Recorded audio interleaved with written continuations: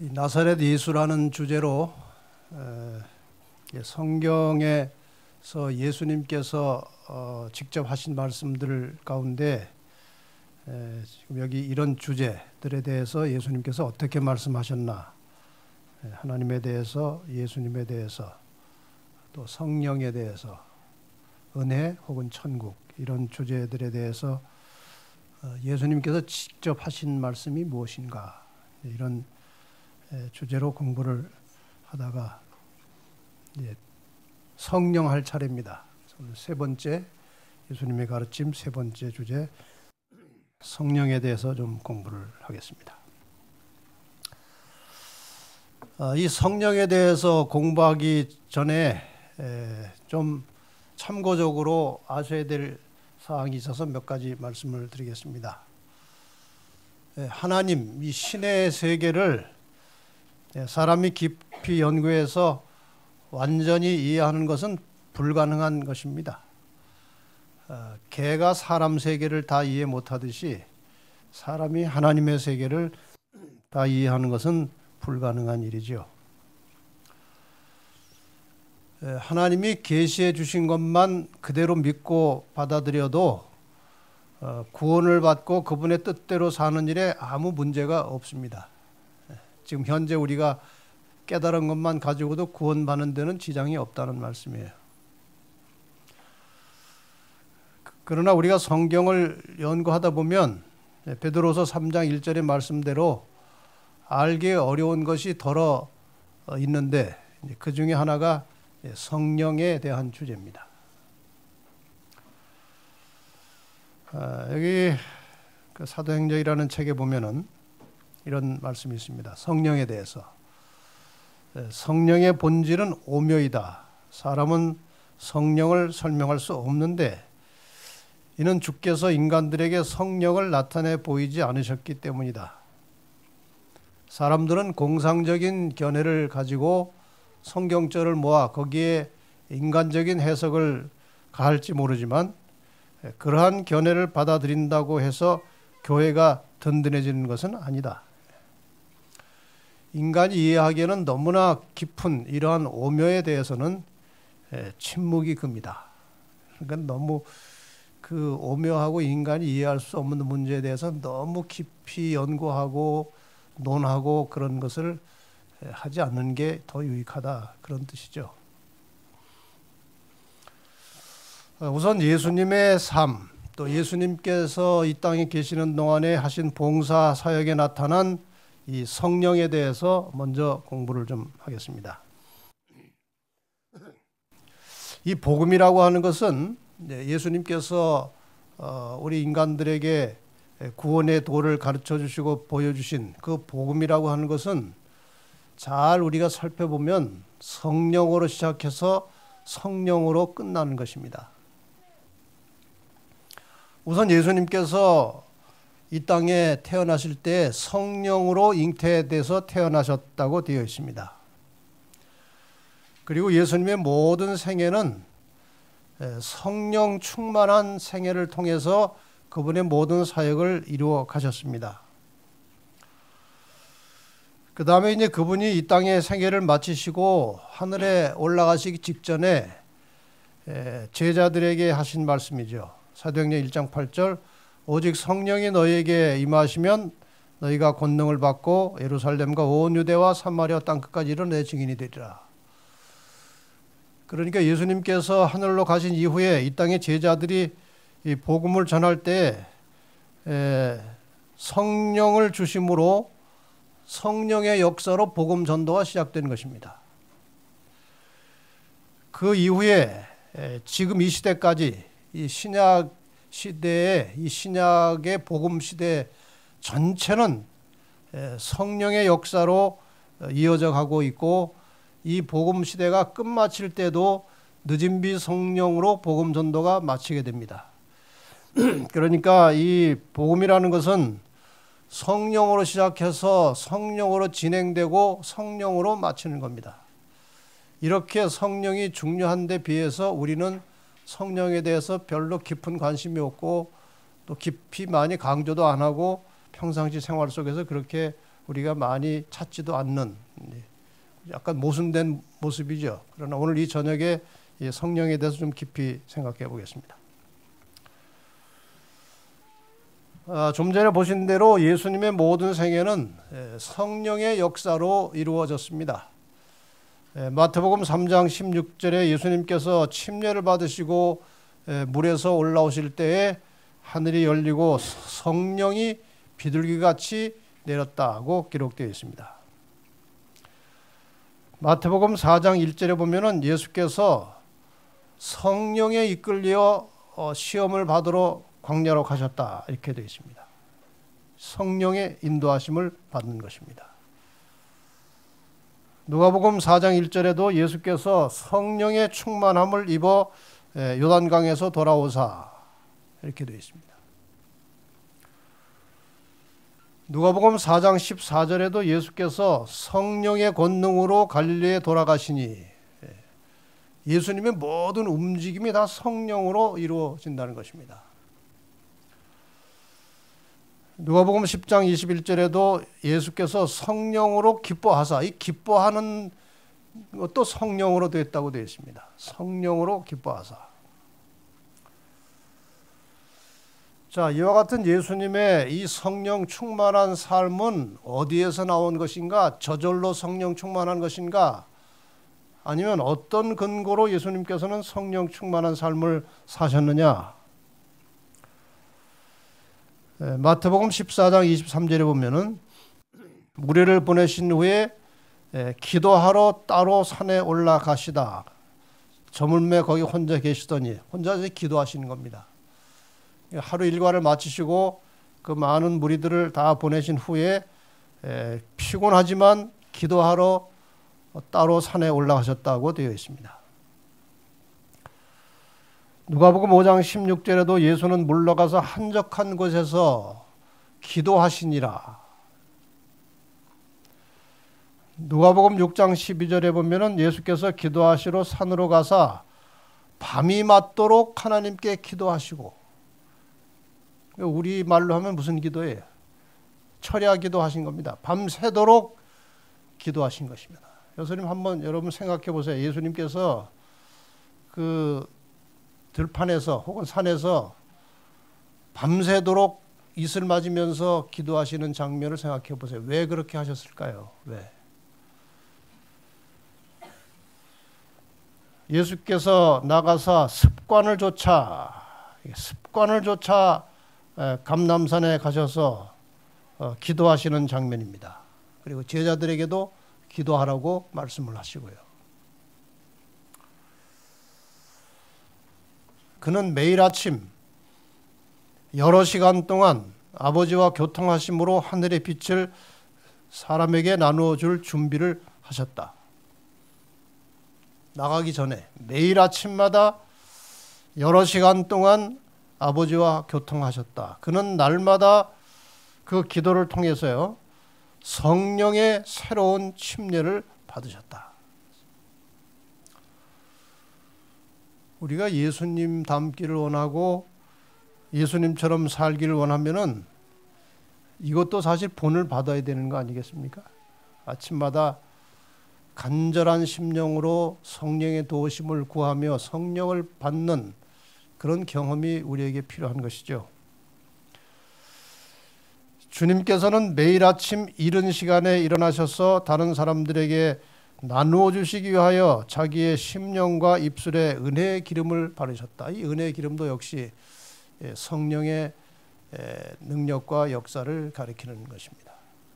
그러니까 예수님께서는 하루 일과를 시작하기 전에 늘 충분한 기도를 통해서 이 성령을 구하고 성령의 충만함을 받은 다음에 그 성령의 능력으로 일하러 나가셨다. 그 말씀이죠. 자, 그러니까 예수님의 모든 삶은 출생부터 시작해서 마지막 순간까지 오직 성령의 역사로 일을 하셨다는 것이 성경의 가르침이고 또 예수님 스스로도 그렇게 말씀을 하셨습니다. 그러면은 이 아버지와 아들과 성령, 우리가 흔히 삼위일체라고 하는 이 세 분에 대해서 이 성령과 관련해서 어떤 관계를 가지고 있는지 이 세 분께서 성경에 나타난 또 예수님께서 주신 말씀을 통해서 한번 살펴보겠습니다. 요한복음 14장 16절로 18절에 내가 아버지께 구하겠으니 그 아버지께서 또 다른 보혜사를 너에게 주사. 그러니까 어떤 의미에서 예수님 자신도 보혜사라는 말이죠. 그러니까 다른 보혜사를 또 주시겠다 그 말이에요. 영원토록 예수님은 이 땅에서 33년 반 동안 계셨지만 그 다른 보혜사가 오면 영원토록 너희와 함께 있게 하실 것이다. 저는 진리의 영이라. 세상은 능히 저를 받지 못하나니 이는 저를 보지도 못하고 알지도 못함이라.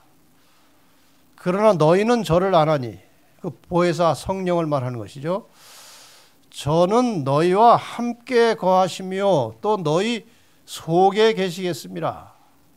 내가 너희를 고아와 같이 버려두지 아니하고 너희에게로 오리라. 이게 참 중요한 말씀이에요. 이건 재림을 말하는 게 아니에요. 내가 지금 올라가는데 너희를 고아와 같이 버려두지 않고 너에게로 오겠다는 것은 성령을 통해서 너에게 내가 또 오겠다 그 말씀이에요. 설명을 좀 다시 하겠습니다. 여기 이제 보혜사라고 하는 말은 이제 이 헬라어 원어로 파라클레테라는 말인데 그거는 곁에 나란히 불림을 받은 자 혹은 위로하는 자, 상담자, 옹호자 이런 뜻을 가지고 있어요. 이 성령을 하나님께서 보내주신다고 예수님께서 말씀하셨고 그 성령은 제자들과 영원히 함께 거할 것이다. 내가 떠나고 없는 너희 곁에 빈 자리에 성령께서 함께 하실 것이다. 그렇게 약속을 하신 것이죠.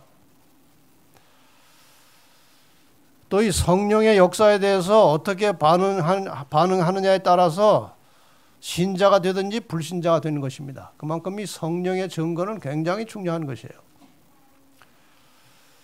좀 전에 말씀드렸던 내가 너에게로 오리라는 것은 이제 곧 있으면 성령께서 너에게 임할 것인데 이 성령을 통해서 다시 예수를 경험하게 된다 그 말이에요.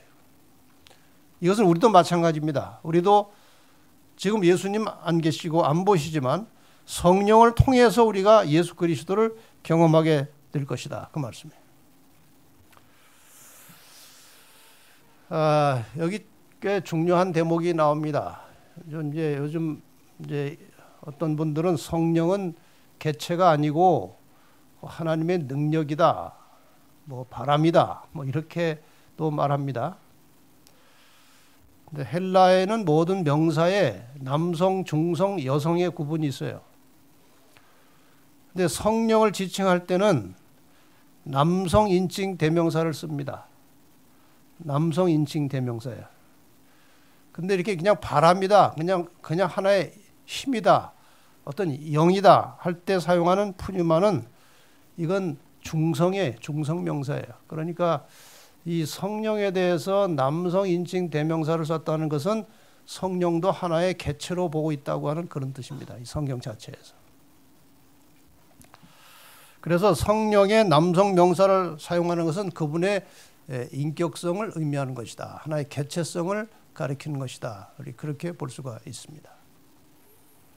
다시 예수님께서 요한복음 15장 26절에 말씀하셨습니다. 내가 아버지께로서 너희에게 보낼 보혜사 곧 아버지께로서 나오시는 진리의 성령이 오실 때에 그가 나를 증거하실 것이다. 여기에 보면은 이 소재가 명확합니다. 아버지께서 예수의 이름으로 성령을 보내신다. 이게 정확한 표현이에요.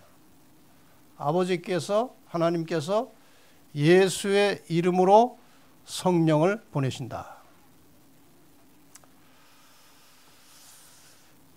더 나아가서 아버지와 아들과 성령은 독립된 별개의 존재지만 하나라. 이게 이제 삼위일체 사상이죠. 다시 요한복음 14장 26절입니다.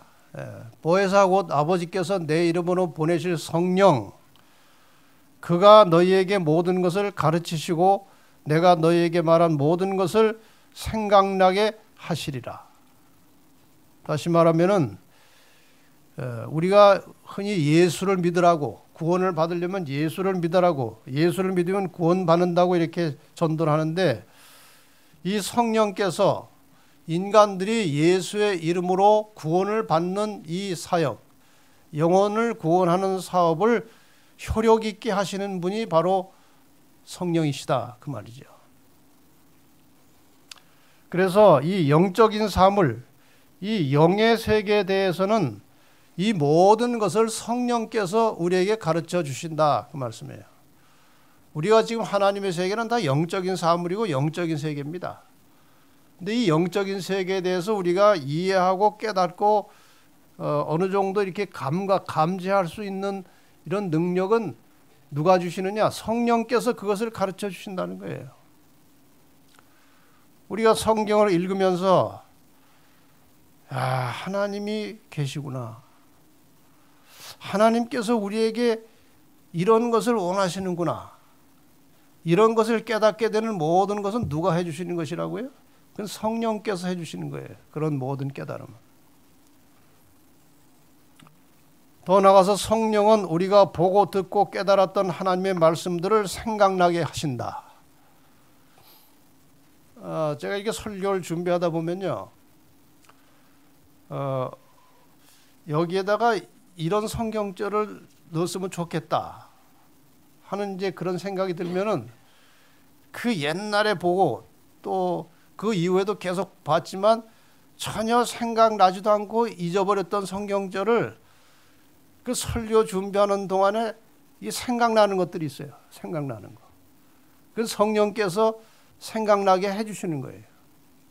그리고 영적 사물을 설명할 때에도 좀 더 쉽게 이해할 수 있도록 어떻게 했으면 좋을까 하는 고민을 하고 있으면은 그 생각나게 해주시는 분은 성령이세요. 성령은 궁극적으로 예수 그리스도를 증거한다고 되어 있습니다. 예수님의 이름을 높이고 사람들을 아들 예수에게로 인도해 주시고 또 아들을 예수 그리스도를 영화롭게 하는 일을 성령이 하신다는 거죠. 여기 요한복음 16장 7절로 15절에 이 성령에 대해서 예수님께서 아주 긴 말씀을 해놓으셨어요. 그냥 한번 쭉 읽어보겠습니다. 여러분이 한 문장 한 문장을 잘 생각하고 따라오시기 바랍니다. 그러나 내가 너에게 실상을 말하노니 내가 떠나가는 것이 너에게 유익이라. 내가 떠나가지 아니하면 보혜사가 너에게로 오시지 아니할 것이요. 그러니까 내가 가도 너희들이 절대 섭섭해할 게 없다 이거예요. 내가 가는 게 오히려 더 유익이다 이거예요. 보혜사 성령이 오시기 때문에. 가면 내가 그를 너에게로 보내리니 그가 와서 죄에 대하여 의에 대하여 심판에 대하여 세상을 책망하시리라. 이게 꽤 어려운 부분이에요. 나중에 다시 별도로 설명을 하겠습니다만은, 죄에 대하여라 하면 저희가 나를 믿지 아니하며 의에 대하여라 하면 내가 아버지께로 가니 너희가 다시 나를 보지 못하며 심판에 대하여라 하면 이 세상 임금이 심판을 받았음이니라. 이해가 잘 안 되죠? 이게 무슨 말씀인지. 설명을 나중에 다시 드리겠습니다. 내가 아직도 너에게 이를 것이 많으나 지금은 너희가 감당치 못하리라. 지금 내가 너에게 할 말이 아주 많은데 지금은 내가 너희한테 말해도 그걸 이해도 못하고 감당을 못할 것이다. 그러하나 진리의 성령이 오시면 그가 너희를 모든 진리 가운데로 인도하시리니 그가 자유로 말하지 않고 오직 듣는 것을 말하시며 장래일을 너희에게 알리시리라. 지금은 내가 말해도 너희가 알아듣지 못할 것들을 그 진리의 영께서 오셔서 너희를 깨우쳐 주시고 가르쳐 주시면 더 많은 것들을 깨닫고 이해하게 될 것이다. 근데 그게 그분 스스로 말하는 게 아니고 받아서 들은 것을 하나님께로부터 예수님께로부터 받아서 들은 것을 너에게 알려주실 것이다. 장래일도 너에게 다 알려주시겠다. 그가 내 영광을 나타내리니 내 것을 가지고 너희에게 알리겠습니다. 그러니까 그분이 오셔서 너에게 가르쳐주는 모든 것이 다 내 것이고 내가 너에게 하고 싶은 말을 그분이 다 하시겠다 그 말이에요. 그러므로 내가 말하기를 그가 성령께서 내 것을 가지고 너에게 알리리라 하였노라. 예수께서 떠나가셔야 성령이 오신다고 말씀하셨습니다. 예수님께서. 왜 성령이 오시는 것이 더 유익한가?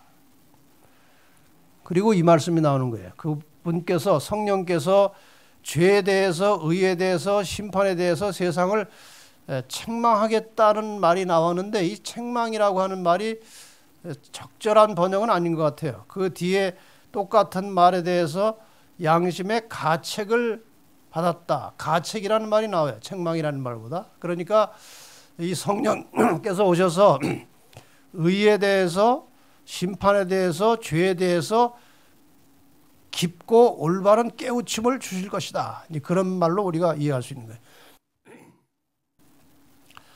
성령은 죄를 깨닫게 하고 예수 안에 있는 의와 구원을 가르쳐주며 죄 가운데 계속 머물러 있는 일과 값없이 제공된 구원을 등한히 하는 일의 결과, 심판에 대해서 경고한다. 이것이 본교의 성경 주석에 나오는 이 죄에 대해서, 의에 대해서, 심판에 대해서 책망한다는 말씀에 대한 설명입니다.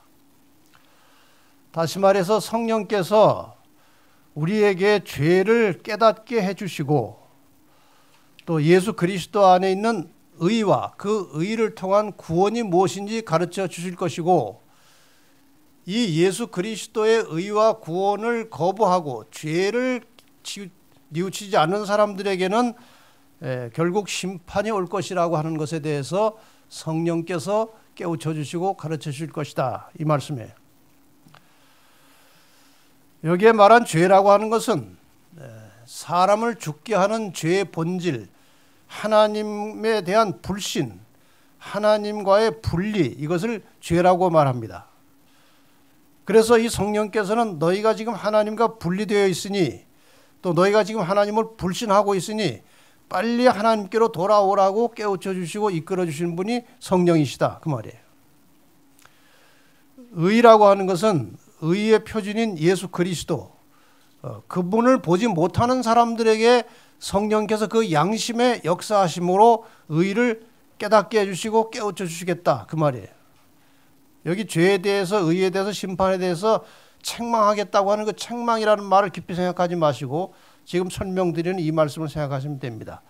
죄를 깨닫게 해주고 그 다음에 의를 예수 그리스도를 볼 수 있도록 양심에 역사해 주시고 그 다음에 이 죄를 뉘우치지 않고 예수 그리스도를 바라보지 않고 그리스도를 영접하지 않는 자들은 결국 심판받을 것이라는 것조차 예수님께서 다 이 성령께서 가르쳐 주시겠다 그 말이에요. 이 성소에도 보면은 죄와 의와 심판의 개념이 들어있다는 사실을 우리는 발견할 수 있습니다. 여기 성소의 첫 번째 칸의 뜰에서는 죄를 깨닫고 죄를 해결하는 것이 뜰입니다. 그 다음에 이 두 번째 칸 성소에 들어가면은 죄를 뉘우치고 깨달은 사람들이 어떻게 할 때 의롭게 될 수 있는지, 의롭게 살 수 있는지, 뜰에서는 의롭게 되는 것이고 성소에서는 의롭게 사는 거예요. 떡상, 하나님의 말씀과 향단, 기도와 촛대, 성령의, 이 촛대 속에 들어있는 성령의 기름, 성령의 역사를 통해서 의롭게 살 수 있다는 것입니다. 그래서 이 두 단계, 의롭게 되고 의롭게 사는 데 실패한 사람들은 심판을 통해서 하나님의 심판을 받게 될 것이고 그 심판이라는 것은 두 가지 개념이에요. 의롭게 되고 의롭게 된 사람들을 구원하는 것도 심판이고 그 다음에 이 의와 죄를 해결하지 못한 사람들이 멸망받는 것도 심판이에요. 그러니까 이 속에 그 개념이 다 한꺼번에 들어있는 것이죠.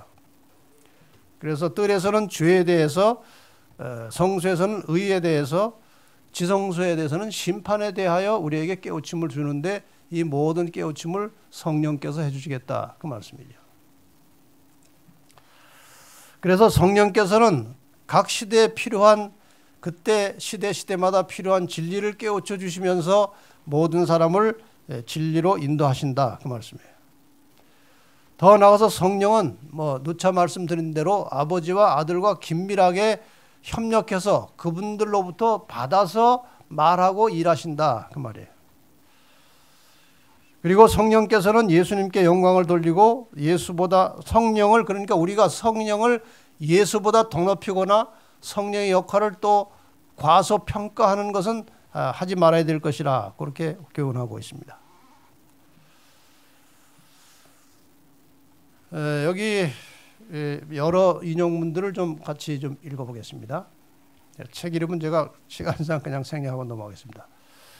그러므로 신자는 자기가 하나님과 그리스도와 성령께 바쳐졌다는 것을 명심해야 한다. 이 삼위일체에 대한 확실한 증거를 보여주는 것입니다. 하나님께서는 인격을 가지신 만큼, 하나님께서 인격을 가지신 만큼 인격을 가진 성령께서 사람의 눈으로는 보이지 않지만 이 터전 위에 행하고 계심을 알아야 할 필요가 있다. 성령은 갱생시키는 주선자로서 주시는 바 되었으며 이분이 없이는 그리스도의 희생이 아무 소용도 없을 것이다. 죄는 신성의 제3위의 강력한 작용을 통해서만 물칠 수 있고 이겨낼 수 있으며 그분은 제한된 능력을 가지고 오시는 것이 아니라 하나님의 능력이 충만한 가운데 오실 것이다.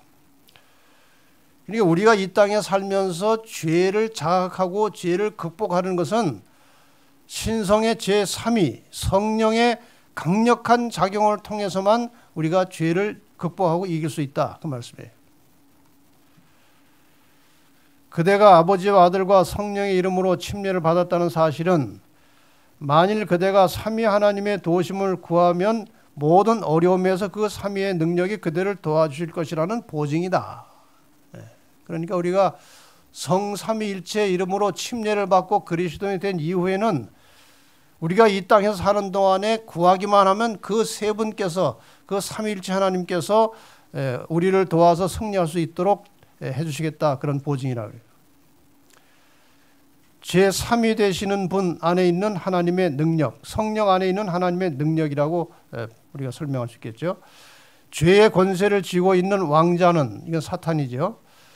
다만 신성의 제3위 되시는 분, 곧 성령 안에서 역사하시는 하나님의 능력에 의해서만 저지될 수 있다. 그러니까 우리의 생활 속에, 생각 속에 끊임없이 사단이 들어와서 시험하고 넘어뜨리고 죄를 짓게 할 때에 그것을 저지하고 이길 수 있는 힘은 오직 성령에 의해서만 나타날 수 있다는 거예요. 자, 이제 예수님께서 하늘로 가신 이후에 시대를 우리는 성령 시대라고 말합니다. 이 성령 시대와 이 선교적 사명에 대해서 마지막으로 좀 말씀을 좀 드릴까 합니다. 지금 이 성령 문제는 사람이 자꾸 이런저런 설명을 하다 보면은 엉뚱하게 빗나갈 수가 있기 때문에 제가 주로 이제 성경절과 인용문들만 가지고 설명을 좀 드리고 있으니까 그렇게 잘 이해해 주시길 바랍니다. 사도행전 2장 1절로 4절에 보면은 예수님께서 하늘로 올라가신 이후에 제자들이 모여서 이제 간절한 심령으로 기도하는 중에 성령이 임하시는 장면이 나옵니다. 오순절날 마가의 다락방에서 거기 함께 기도하던 모든 사람들이 성령의 충만하심을 받고 성령이 말하게 하심을 따라 다른 방언으로 말하기를 시작하니라. 그러니까 어떤 경우에라도 어떤 지역에 사는 사람들에게라도 복음을 전할 수 있는 그런 방언의 능력까지 받아서 이제 복음을 전하러 나가는 것입니다. 다시 말해서 성령의 시대가 시작됐다는 것이죠. 근데 우리가 하나님께서 인간들에게 내려오셔서 함께 하시는 그 역사적 과정을 가만히 살펴보면 점점 더 가까이 우리에게 임하신다는 것을 좀 관찰할 수가 있어요. 하나님께서 출애굽기 25장 8절에 성소를 지으라고 하실 때는 내가 그들 중에 거할 성소를 그들을 시켜 나를 위하여 짓되 그랬어요. 그러니까 이 백성들 가운데 백성들 안에 거하시겠다. 그래서 이제 이 성소의 지성소 속에 하나님께서 직접 나타나시진 않고 그 속에 백성들이 사는 그 안에 하나님의 존재가 항상 머물러 있었어요. 그래서 우리 중에 거하시는, 영어로 하면 among us 이렇게 돼 있어요. 그 다음에 이제 예수님께서 이 땅에 오셨을 때 그 예수님의 출생에 대해서는 임마누엘이라고 하는 이름으로 오셨다고 그랬고, 임마누엘이라는 이름을 번역하면은 하나님이 우리와 함께 계신다, 그런 뜻이라고 그랬어요. 함께. 그러니까 우리 중에보다는 곁에, 함께가 더 가까워진 거죠. 우리와 함께 계시는 하나님. 영어로 하면 with us. 그 다음에 이제 예수님께서 올라가시고 성령이 오셨을 때는 어떤 표현을 썼느냐. 저는 진리의 영이라 너희는 저를 아나니 저는 너희와 함께 거하시며 또 너희 어디에? 속에 계시겠습니다. 그러니까 in us, 너희 속에 계시겠습니다. 그래서 사도 바울이 이 개념을 가지고 성령이 너희 속에 거하시기 때문에 너희가 하나님의 뭐라고 그랬어요? 성전이라고 그랬어요. 하나님의 성전이라. 자, 그럼 이 성령이 오신 목적을 우리가 좀 이해할 필요가 있겠죠. 사도행전 1장 8절에 보면은 성령이 너희에게 임하시면 너희가 권능을 받고 예루살렘과 온 유대와 사마리아와 땅끝까지 이르는 내 증인이 되리라. 성령이 오시면은 뭘 받는다고요? 권능을 받겠다고 그랬어요. 복음을 전할 수 있는 능력, 권능을 받겠다고 그랬어요. 성령은 마음을 순결하게 만드신다. 성령을 통하여 신자는 거룩한 품성을 나누어 가지는 자가 된다. 그리스도께서는 모든 유전적이며 배양된 악의 성향들을 이기며 당신 자신의 품성을 당신 교회에 새기는 거룩한 능력으로서 당신의 성령을 주셨다. 자, 이 두 문장을 보면은 성령께서 이 땅에 임하신 목적이 매우 뚜렷해졌습니다. 하나는 복음을 전할 수 있는 능력을 주신다고 되어 있어요. 성령께서. 또 하나는 우리의 품성을 순결하게 거룩하게 만들어 주시는 일을 성령이 하시겠다는 거예요. 제가 이 설교 시간을 통해서 여러 차례 드린 말씀 중에 하나가 그리스도인이 무엇을 위해서 사느냐 하는 거예요. 그리스도인의 삶의 타겟이 무엇이냐? 두 가지 항상 제가 말씀드렸습니다. 복음을 전하는 것과 품성을 변화하는 것이 그리스도인의 삶의 가장 중요한 궁극적인 목표라고 그랬어요. 하나님께서 이걸 바라시는 거예요. 우리가 이 두 가지를 이루기 위해서는 복음을 전도하고 품성의 변화를 이루기 위해서는 필수적으로 이것을 돕고 이것을 가능하게 하는 능력을 주시는 분이 성령이시라고 그랬어요. 그러니까 정상적인 그리스도인의 생활을 하려면 성령의 역사와 도우심 없이는 불가능한 것입니다. 그만큼 성령의 역사와 역할이 중요한 거예요. 오늘 이 시대에. 그래서 성령은 결국 하나님의 말씀을 통해서 진리를 찾는 사람들의 심령 속에, 마음 속에 성령께서 역사하신다는 것입니다. 특별히 이 복음을 전하는 일에 있어서 성령의 역사는 거의 결정적입니다. 아무리 성경을 제대로 가르치고 똑바로 가르치고 질문에 대한 답을 다 해줘도 그것만 가지고 교인이 되지 않아요. 거기 뭐가 있어야 되는가 하면 성령의 역사가 있어야 돼요. 어떤 장로님이 이제 성경을 잘 가르치시고 영혼들을 많이 구원하시는 장로님 계셨는데, 근데 어느 날 그분이 이제 부탁을 하는 것입니다. 장로님, 제 여동생이 있는데 이걸 꼭 한번 배웠으면 좋겠습니다.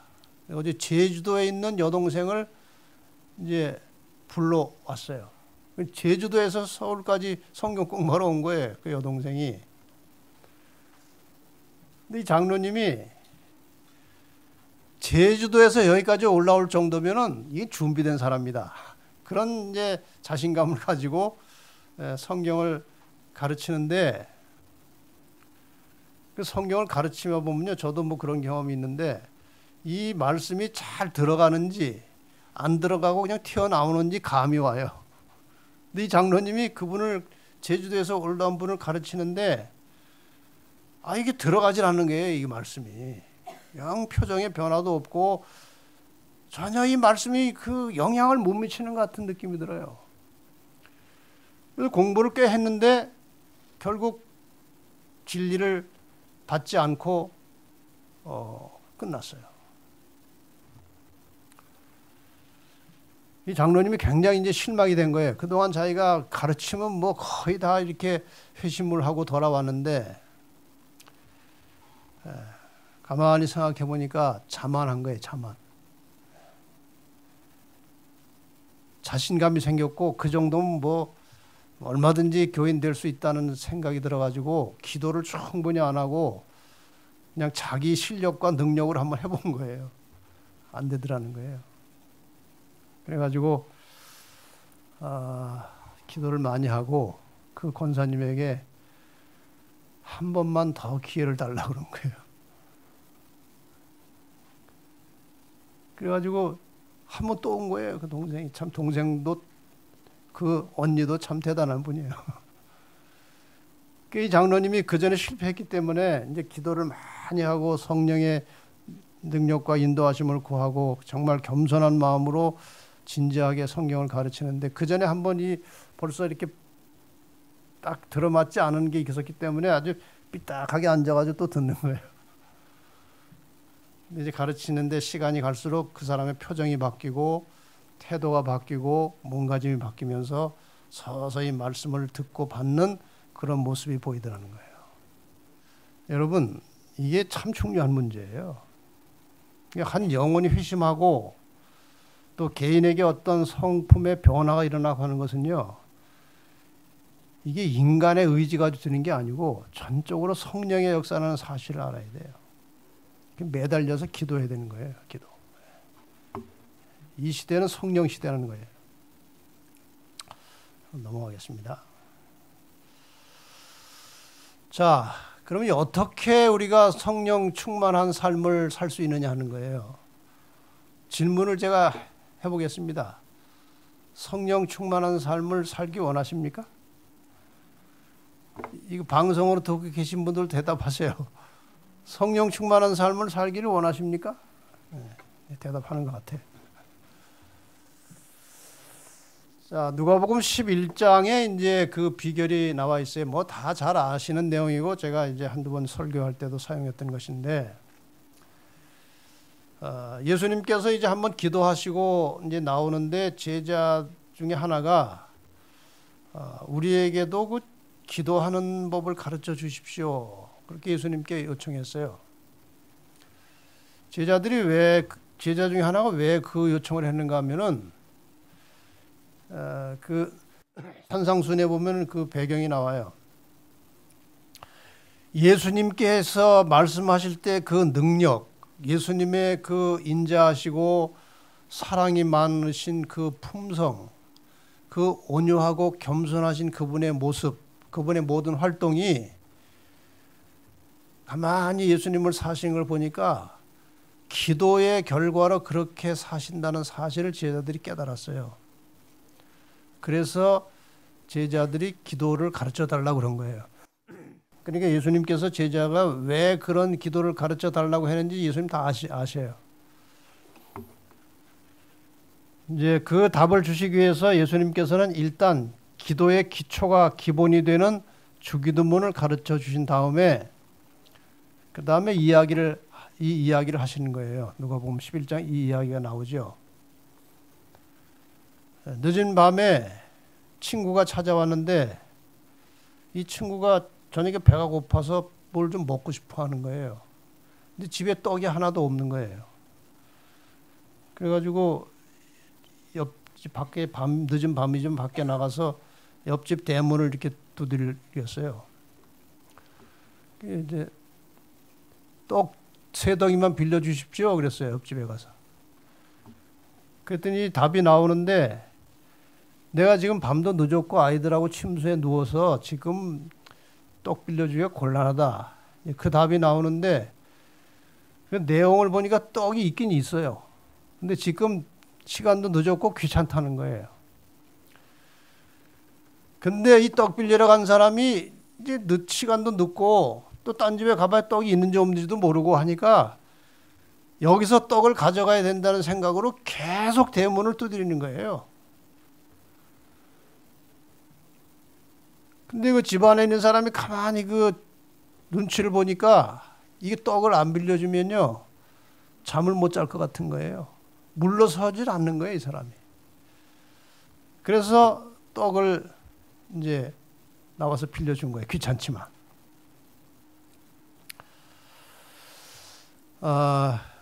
이 말씀 전에 여기 이제 구하라 찾으라 두드리라 이 말씀 전에 무슨 말씀이 있는가 하면은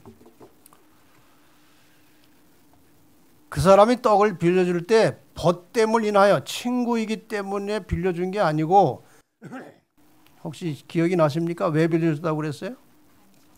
강청함을 인하여 떡을 빌려줬다고 그랬어요.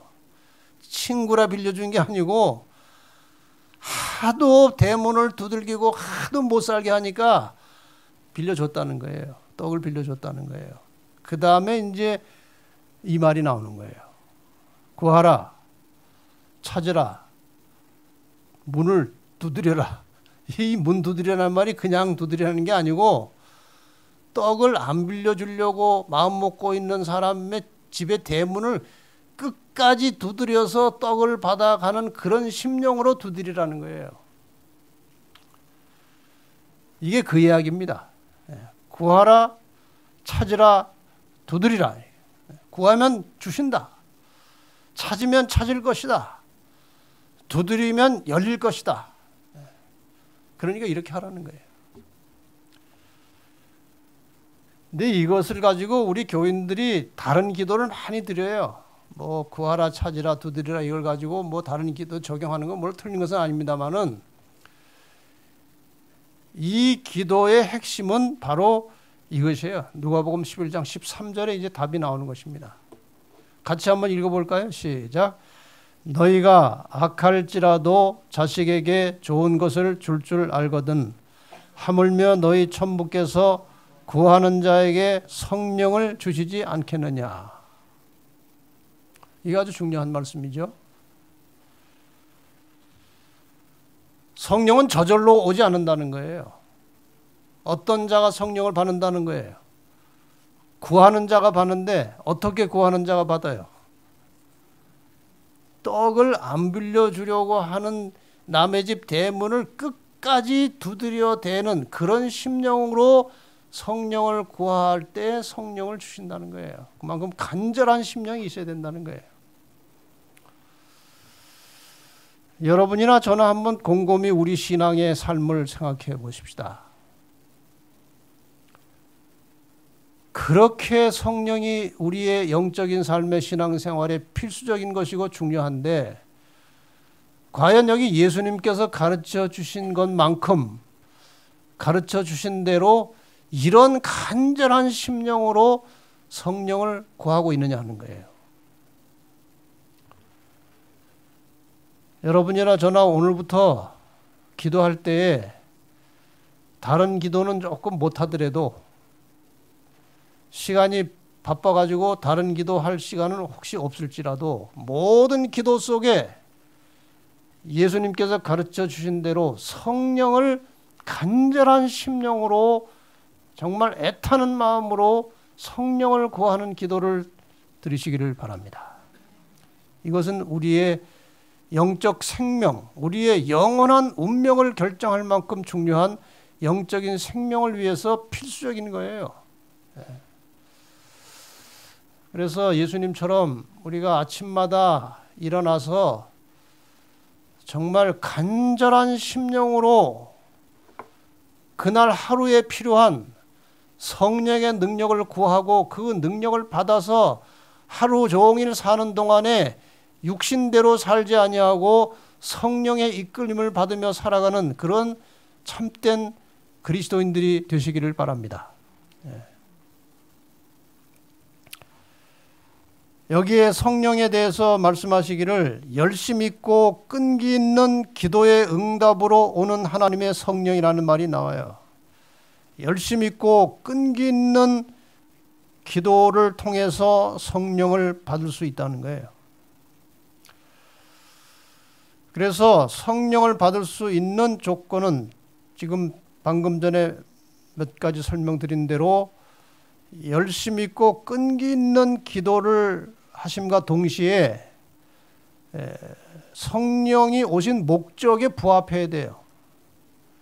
그러니까 다른 데 쓰려고 성령을 구하면 안 되고 목적이 정당해야 되는 거예요. 성령이 오신 목적이 무엇인가요? 복음 전도하는 일과 품성 변화를 위해서 오셨다고 그랬어요. 그러니까 성령을 구하는 기도를 드리되 목적이 확실하게 있어야 돼요. 영혼을 구원하고 복음을 전하는 일에 있어서 내 품성을 개발하고 주님을 닮아가는 일에 있어서 성령의 능력이 필요하니 달라는 것입니다. 그러니까 이 기도를 드리는 사람의 삶이 복음 전도와 품성 변화에 맞춰져 있어야 이 기도를 힘있게 드릴 수 있는 거예요. 복음 전도에도 무관심하고 품성에도 무관심한 사람이 성령 구해봐야 아무 소용이 없다는 것입니다. 그러니까 이 그리스도인의 삶에 있어서 가장 중요한 이 핵심적인 두 가지, 이 복음 전도와 품성 변화에 관심을 가지고 이것을 이루기 위해서 간절하고 열렬하게 기도할 때 성령께서 우리에게 임하시겠다는 거예요. 이것이 굉장히 중요한 거예요. 우리 그리스도인 삶에서. 시간이 경과됐지만 그의 대리자로서 성령을 보내시리라 하던 그리스도의 고별시의 약속은 조금도 변경되지 않았다 그랬어요. 성령의 유효기간 아직 끝나지 않은 거예요. 이건 마지막 복음이 맞춰질 때까지 성령의 역사는 유효하다는 것이고, 원한다면 모든 사람이 다 성령의 충만함을 받을 것이다. 사소한 일에 마음을 뺏기면 교회의 성장과 번영에 필수적이며 또한 다른 모든 축복도 함께 가져다주는 하나님의 능력이 무한히 제공된다 해도 소용이 없게 된다.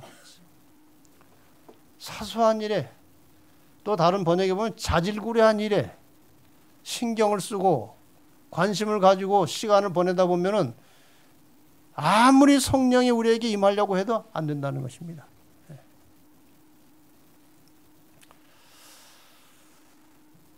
로마서 8장 11절 14절에 이 성령 문제에 대해서 굉장히 중요한 말씀이 있어요. 그러므로 형제들아 우리가 빚진 자로 돼 육신에게 져서 육신대로 살 것이 아니니라. 너희가 육신대로 살면 반드시 죽을 것이로되 영으로서 몸의 행실을 죽이면 살리니 무릇 하나님의 영으로 인도함을 받는 그들은 곧 하나님의 아들이라, 하나님의 자녀라. 이 다른 말로 바꾸면 뭘까요? 하나님의 영으로 인도함을 받지 않는 자들은 하나님의 자녀가 아니라는 말이잖아요. 그렇죠? 그만큼 이 성령의 역사는 우리가 하나님의 자녀로서 살아가는 일에 절대 필수 요건이라는 것이죠. 이 설명을 드리고 마치겠습니다. 우리의 경험 어느 지점에서도 우리의 첫 출발을 가능하게 했던 그 도우심이 없이 지낼 수 없다 그랬어요. 이걸 이제 여러분이 이해를 쉽게 하기 위해서 표를 하나 그려보겠습니다. 우리가 다 죄 중에 출생하게 되었습니다. 그러다가 성령을 통해서 다시 태어났습니다. 거듭났어요. 이게 새로운 출발입니다. 이 첫 출발을 가능하게 했던 그 도우심이 없이는 어느 지점에서도 올바르게 살 수 없다는 거예요. 우리의 첫 출발을 시작했던 그 도우심은 성령의 도우심이었어요. 그렇다면 그 이후로 살아가는 우리의 모든 삶의 순간순간마다 그 첫 출발을 시작하게 했던 그 성령의 도우심이 없이는 살 수 없다는 거예요. 그러니까 성령으로 태어난 사람은 우리의 모든 경험 순간순간마다 성령의 능력으로 살아야 된다는 것입니다. 그만큼 오늘 물과 성령으로 거듭난 이후의 그리스도인의 삶은 모든 삶의 순간순간마다 성령의 도우심이 필요하다는 그런 말씀이에요. 여기 이 밑에 있는 말씀만 좀 보고 기도하고 마치겠습니다. 신령한 은혜가, 이건 성령의 역사를 말하는 것입니다. 신령한 은혜가 시초에 출발할 때 필요하며 신령한 은혜가 전진하는 매 발걸음마다 필요하며 신령한 은혜만이 이 사업을 완성시킬 것이다. 이거 보세요. 이 성령의 역사와 성령의 은혜와 성령의 인도하심이 우리가 그리스도인 삶을 시작하는 출발부터 시작해서 모든 단계마다 필요할 뿐만 아니라 마지막에도 성령의 역사로 완성된다는 것입니다. 그래서 이 저녁에 이 자리에서 혹은 방송을 통해서 이 말씀을 들은 우리 재림 성도들은 이전보다 좀 더 성령에 대해서 깊은 관심을 가지고 성령께서 우리에게 임하신 두 가지 목적, 복음 전도와 품성 변화의 우리의 삶의 목표를 정확하게 명확하게 설정을 하고 그 일을 이루기 위해서 우리를 돕기 위해서 대기하고 기다리고 계시는 성령의 능력을 날마다 순간마다 간절한 심령으로 구하게 되므로 이 성령의 역사를 통해서 우리의 매일의 생에서 죄를 극복하고 승리하고 그리고 다른 사람들에게까지도 이 하늘의 생명의 복음을 나누어주며 예수 그리스도의 제자로서의 사명과 책임을 다하는 신실한 성도들이 되시기를 간절히 바랍니다. 기도하고 마치겠습니다. 하늘에 계신 아버지, 이 땅에 처하여 외롭고 힘없이 살아가는 인생들에게 예수 그리스도의 이름으로 하나님께서 우리에게 성령을 보내주셔서 우리 곁에 계시고 우리 속에 계셔서 우리의 길을 인도하고 말씀을 깨닫게 하시고 하나님의 뜻대로 살 수 있도록 우리를 이끌어 가시는 성령님의 은혜를 진심으로 감사합니다. 우리를 돕고 계시고 힘을 주시고 언제나 우리 곁에 계셔서 우리의 인생을 인도해 주시고 죄를 이기게 해주시는 성령님의 능력으로 살아가는 영의 사람들이 되게 하여 주시옵소서.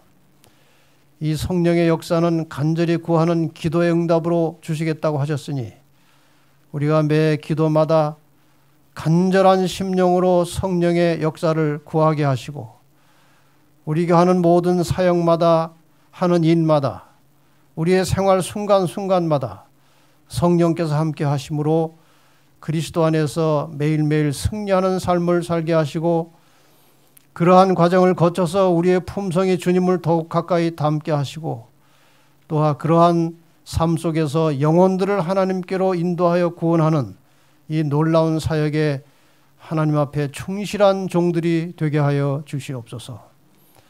다시 한번 이 세상을 살아가는 저희들에게 성령의 충만함을 입혀주시고 약속하신 우리 아버지 하나님의 약속과 은혜에 감사드리며 예수님의 이름으로 간절히 기도합나이다. 아멘.